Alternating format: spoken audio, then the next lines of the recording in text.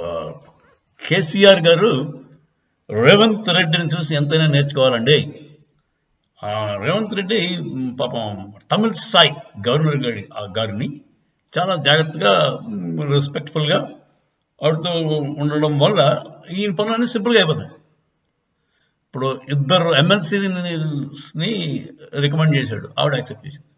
తర్వాత TSPSC, Telangana state public service commission, దాంట్లో మా మహేందర్ రెడ్డి గారిని సజెస్ట్ చేశాడు.